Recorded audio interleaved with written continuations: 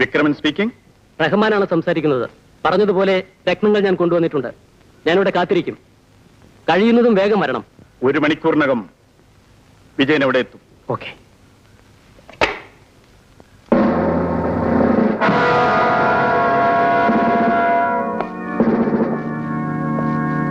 U are under arrest. വിക്രമന് രത്നങ്ങളുമായിട്ടെത്തിയ Rahman police കസ്റ്റഡിയിലായി.